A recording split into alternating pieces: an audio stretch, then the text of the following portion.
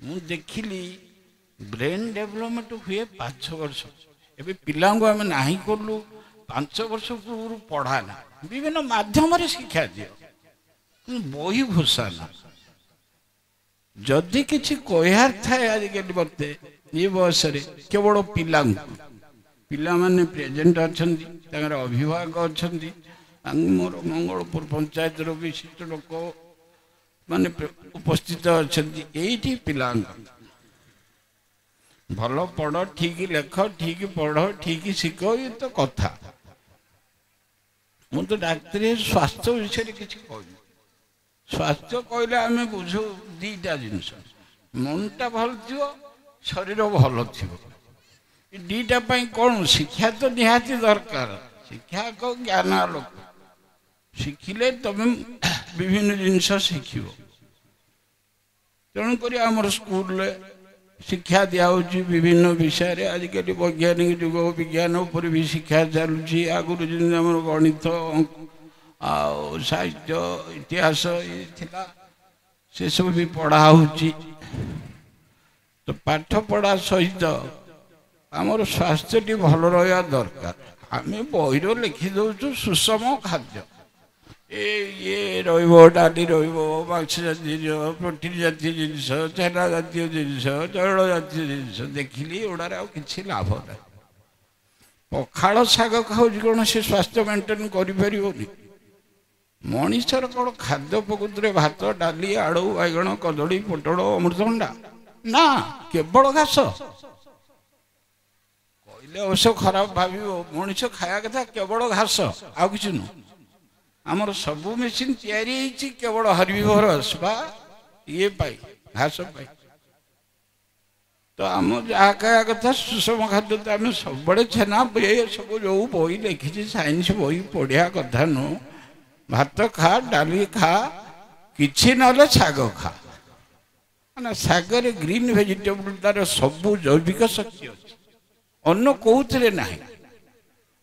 ବାଇଗଣ ସିଝେଇବ, ଆଳୁକୁ ପୋଡ଼ିବ, ଏମିତି କରିକି ତାକୁ ଖରାପ କରିଦେବ। ଭଲ ଭଲ ମସଲା ମିଳୁଛି, ପକେଇକି ବାସନା କରିକି ଯେ ଏଠି ଫୁଟେଇଲେ ଯାଇକି ବହୁତ ଦୂରକୁ ବାସନା ବି ହବ। ତ ସେଥିରେ ଆଉ ପସନ୍ଦ ନର୍ମାଲ ଡାଟା, ଲେସ୍ ଡାଏଟ୍ ମୋର୍ ଲଞ୍ଜିଭିଟି। କହିଲେ ଯେତେ କମ୍ ଖାଇବ, ସକାଳୁ ପଟେ ରୁଟି ଖା, ମୁଠାଇ ଚୁଡ଼ା ଖା, ପେଟ ପୁରା କେବେ ଖାଇବ। ଲେସ୍ ଡାଏଟ୍ ଯେତେ କମ୍ ଖାଇବ ସେତେ ତମର ଲଞ୍ଜିଭିଟି ପଡ଼ିବ। ଆଉ ଆମେ କହିବୁ ନା ଆମେ ଯଦି ନ ଖାଇବୁ ମାଛ, ମାଂସ, ଅଣ୍ଡା, ଅଣ୍ଡା କ'ଣ ମଣିଷର ଖାଦ୍ୟ? ଇଟ୍ ଇଜ୍ ଆପ୍ରୁଭ୍ଡ ନାହିଁ। ତଥାପି ଆମେ ଦଉଛୁ ପିଲାଙ୍କୁ ପୁଷ୍ଟିକର ଖାଦ୍ୟ। କ'ଣ ହାତୀ, ହରିଣ, ଗାଈ ଗୋରୁ ସେ କ'ଣ ଖାଉଛନ୍ତି? ହାତୀ ପୁଣି ଏଡ଼େ ବଡ଼ ଜନ୍ତୁ, ଘାସ ଖାଉଛି ବା ପତ୍ର ଖାଉଛି। ଆମିଷ ଖାଇଲେ କ'ଣ ହିଂସ ଜନ୍ତୁ ପ୍ରକୃତି ହେଇଯିବ। ବାଘ, ଭାଲୁ, ବିଲୁଆ, କୁକୁର, ଏଇ ପ୍ରକୃତି ଆସିବ। କାହିଁକି ନା ତାଙ୍କର ଆଗ ଦାନ୍ତ ଦିଟା କାନାଇନ୍ ଟିଥ୍, ଆମର ନାହିଁ। ତାଙ୍କର ଏଇ ଦିଟା ଦାନ୍ତ ବହୁତ ବଡ଼, ତିଆରି ହେଇଛି ସେମାନେ ଆଇଁଷ ଖାଇବେ, ଆଉ କିଛି ଖାଇପାରିବେ। ଇଏ ଗଲା ଖାଦ୍ୟ ଉପରେ। ସୁଷମ ଖାଦ୍ୟକୁ ଯାହା ପଢ଼ୁଛ ବହିରେ ନ ଖାଇ ଭାତ, ଡାଲି, ଯେକୌଣସି ଶାଗ ଜାତୀୟ ଜିନିଷ ଖାଦ୍ୟ। ତାପରେ ଆସିବ ପାନୀୟ ଜଳ। ମ୍ୟାଡ଼ାମ ଶୁଣିଲେ ଏ ଜାଗାରେ ପିଇବା ପାଣି ପିଲାଙ୍କୁ ଅସୁବିଧା ହେଉଛି, ସାର୍ଙ୍କୁ କହିବେ ଟିକେ ତାକୁ ଦେଖିବେ, ପିଇବା ପାଇଁ କମ୍ ଅଛି, କହିଲେ ଦିଟା ପାଣି ହଉନି। ପାଣି, ନିର୍ମଳ ପାଣି ପାଇବା ବହୁତ କଷ୍ଟ ହେଇଗଲାଣି। ପାଣି ଗୋଟେ ସମସ୍ୟା ସୃଷ୍ଟି କଲାଣି। ଏଥିରେ ଆମର ବି କେତେ ଭୁଲ ରହିଗଲା ଚିନ୍ତାଧାରାରେ। ଆମେ ଯେଉଁ ଇରିଗେସନ କଲୁ, ପ୍ରୋଜେକ୍ଟ ନେଲୁ, ତା ଆଗରୁ କେବେ ଭାବିନଥିଲୁ ଯେ ଗୋଟିଏ କିଲେ ଧାନ ପାଇଁ ଆମକୁ ଅନୁମାନ 2 ଲିଟର ପାଣି ଖର୍ଚ୍ଚ କରିବାକୁ ପଡ଼ୁଛି। ଏ ଯେଉଁ ଖରାଦିନିଆ ଧାନ ଚାଷ କଲୁ, ସେଇଟା ଆମର ଭୁଲ ଚିନ୍ତାଧାରା। ଆମେ ଓଲଟା ଭାବିଲୁ କେନାଲ ଦେଇଦେଲେ ଜଳସେଚନ ହେବ, ଜଳସେଚନ ଜମି ହେଲେ ସବୁ ଜିନିଷ ଡବଲ କ୍ରପ୍ସ ହେବ, ଇଏ ହେବ। नो, ପଞ୍ଜାବ, ହରିୟାଣା ଆଜି ଭୋଗୁଛନ୍ତି। ସେମାନେ ଭୁଲ ଭୂତଳ ଜଳ ଆମେ ବହୁତ ଉଠେଇଲୁ, ପାଣି ଲେଭେଲ ତଳକୁ କମେଇଲୁ, ନେଚୁରାଲ ନେଚର ଯେଉଁ ପ୍ରକାର ତାର ଏକରେ ଗୋଟେ ସନ୍ତୁଳନ ରଖିଛି ତାକୁ ଆମେ ନଷ୍ଟ କରିଦେଲୁ। ବହୁତ ଲୋକ ମୋ ପାଖକୁ ଗାଁକୁ ଆଉଛନ୍ତି, କହୁଛନ୍ତି ବାହାରୁ ନେଇ ପାଣି ପାଇପାରୁ। କିଛି ପାଇଁ ଆମେ ଦାୟୀ, ଆମେ ଭଲ କରୁ କରୁ ଖରାପ ବି କରୁ। ତେଣୁକରି ମୋର ପିଲାଙ୍କୁ କହିବା କଥା, ପାଠ ପଢ଼, ସ୍ୱାସ୍ଥ୍ୟକୁ ନଜର କର, ବ୍ୟାୟାମ ଟିକେ କର, ଲେଫ୍ଟ ରାଇଟ୍ କର, ପ୍ୟାରେଡ୍ କର, ଯାହାକୁ ଯେଉଁ ଖେଳ ଭଲ ଲାଗିଲା। ଦୌଡ଼ା କାହାକୁ ଭଲ ଲାଗେ, ମୁଁ ଏଇ 20-25 ବର୍ଷ ଦୌଡ଼ୁ। କାହାକୁ ଫୁଟବଲ ଭଲ ଲାଗେ, ଖେଳ ଯେଉଁ ଖେଳର କୌଣସି ଗୋଟିଏ, ନାଚିବାକୁ ଯଦି ଇଚ୍ଛା ହେଉଛି ନାଚ, ଗୀତ ଗାଇବାକୁ ଯଦି ଇଚ୍ଛା ହେଉଛି ଅଛି। One quality sufficient. ଗୋଟିଏ ଗୁଣ ଯଦି ତମଠୁ ରହିଲା, ଭଲ ଗୀତ ପାଇଲ, ବାଜା ବଜେଇ ପାଇଲ, ଇଏ ପାରିଲ, ସେତିକି ସଫିସିଏଣ୍ଟ। ପାଠ ଦରକାର, ମିନିମମ୍ କ୍ୱାଲିଫିକେସନ୍ ଦରକାର, କୌଣସିଥିରେ ସାମାନ୍ୟ ଗୁଣ ରହିବା ଦରକାର, ଯିଏ ଯେଉଁ ଲାଇନରେ ହଉ। ତ ଇଏ ହେଲା ବ୍ୟାୟାମ ଉପରେ। ଶରୀରକୁ ସୁସ୍ଥ ରଖିବା ପାଇଁ ବ୍ୟାୟାମ ଦରକାର, ମନକୁ ବି ଭଲ ରଖିବା ପାଇଁ ବ୍ୟାୟାମ ଦରକାର। କ୍ରୀଡ଼ା ଆମର ଅଛି, ସାର୍ ଅଛନ୍ତି, ସେ ବିଭିନ୍ନ କ୍ରୀଡ଼ା ଶିଖେଇବେ। ତୃତୀୟ ଅଳ୍ପ ପଦ କହିବି, ଲାଗୁନି ଜୀବନ। ୟା ପରେ କ'ଣ କରିବା? ପାଠ ପଢ଼ା ସରିଲା, ସମୂଳ ଯିଏ ଭଲ ପଢ଼ିବେ, ସମସ୍ତେ ଯେ IAS ଅଫିସର, OS ଅଫିସର, କି IPS, କି କି ଡାକ୍ତର, କି ଇଞ୍ଜିନିୟର ହେଇଯିବେ, ଇଏ ଆଶା ବି ନାହିଁ। ସମସ୍ତେ କରିବାଟା ଅନୁଚିତ। କିଛି ଆମେ କୃଷିକି ଫେରିବା। କୃଷି ବୈଜ୍ଞାନିକ, କୃଷି ମୁଁ ଅର୍ଡ଼ିନାରୀ କହୁନି। ଆମେ ତ ମେସିନ୍ ବାହାରି ପଡ଼ିଲାଣି, ଆଉ କ'ଣ ଟ୍ରାକ୍ଟର ଫ୍ରାକ୍ଟର, ପାନ କଟା ମେସିନ୍ ସବୁ ଏଠି ତ ମୁଁ ଦେଖୁଛି, ବୁଲୁଛି। ତ ଆମକୁ ଆଉ ସେ ନାହିଁ। ବିଭିନ୍ନ ବୈଷୟିକ ଜ୍ଞାନ ବା ବୈଜ୍ଞାନିକ ହିସାବରେ ଜ୍ଞାନ ଅର୍ଜନ କରିବା। ସେଟା ଆଜି କ'ଣ ରେଜଲ୍ଟ 82% କେତେ ହେଇଛି, ପିଲା ପାସ୍ କରିଛନ୍ତି। ତା ଭିତରୁ ଦେଖିଲା ବେଳକୁ ତଳେ ଲେଖା ହେଇଛି 22ଟା ସ୍କୁଲ ନା 21ଟା ସ୍କୁଲରେ ସବୁ ଫେଲ୍। ଏମିତି ବି ସ୍କୁଲ ଅଛି ଯୋଉଠି ସବୁ ଫେଲ୍। ଥିଲା କ'ଣ ଦିନ ଏଠି ଗାଈ ଗୋରୁ ଚରୁଥିଲେ, ପଶିବାକୁ ଦ୍ୱିପହରେ ଡର ମାରୁଥିଲା। ମୁଁ 71 ମସିହା କଥା କହୁଛି। ଆଜି ଦେଖ, ଚାରିଆଡ଼େ ଦେଖ କେମିତି ଦେଖାହେଉଛି। ପଶିଗଲେ ଆନନ୍ଦ ଲାଗିବ। ଏପଟରେ ଗଛ ଲାଗିଯାଇଛି, ମଝିରେ ଗୋଟା ବାତ୍ୟା ହେଇଛି, ଗୋଟା ଭାଙ୍ଗିଦେଲା, ନହେଲେ ଭାରି ଗହଳିଆ ଦେଖାହେଉଥିଲା। ଆଉ ବସିବାକୁ ୟା ଭିତରେ ଯେତେ ଗୋଟେ ଖରାବେଳେ ହଉ, ୟା ହଉ ଛାଇ ଅଛି। ଆଉ ଆମର ବି ପୁରସ୍କାର ପାଇଛି ଏଥିପାଇଁ ଯେ ଆମେ ଏଟାକୁ ରଖିପାରୁଛୁ।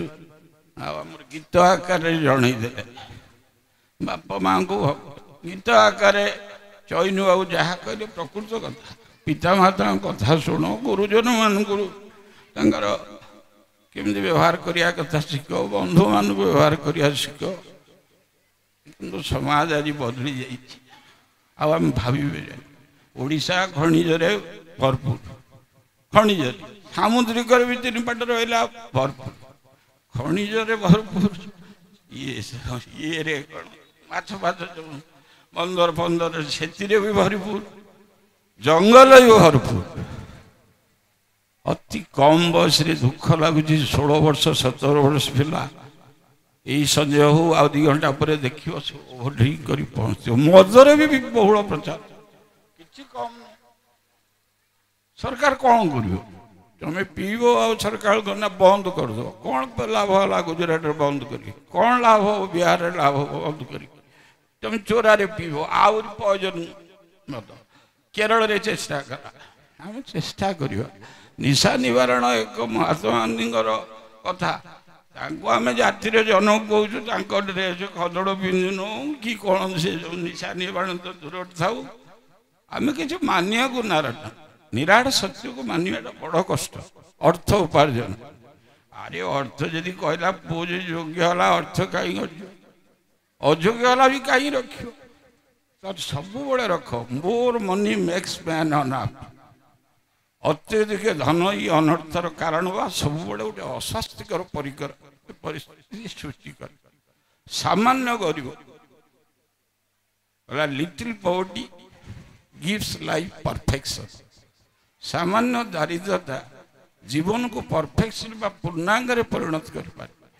परफेक्ट मैन आम जी कहे मैडम से गप सब जानी अमेरिकार प्रेसिडेंट से कि माछ गोटे धरिकी चलुला विभिन्न जगह गरीब लोक मैंने केते ऊपर स्तर को जापारी तो सब बड़े मन रख धन पछरे दौड़ना कि लाभ ना मरीचिका परी आज अच्छी काली ना एगुड़ा पिला मैंने कहे मुझे कौन करी जगन्नाथ करूँ तुम मैंने भविष्य में किसी कर स्कूल भी उन्नति बहुत करे महाराज बाबू पाचेरी करदे ये कला ये सब कले आ सामान्य समस्या चाहते कौटी मीटिंग फिटिंग ये वर्षा ये आम कौन करता आजबेस्ट हो हल भाया करदे ये कम चलो आ पानी टे अच्छी गोटे ये आउ दीटा कौन देखी सोच कले हम आउ गोटे कथा कही मीटिंग रे गोटे मिनी स्टेडियम करने सुविधा देखिए करा कौन अर्थ तो पुणी अभाव दरकार अर्थ तो सब बड़े लगुच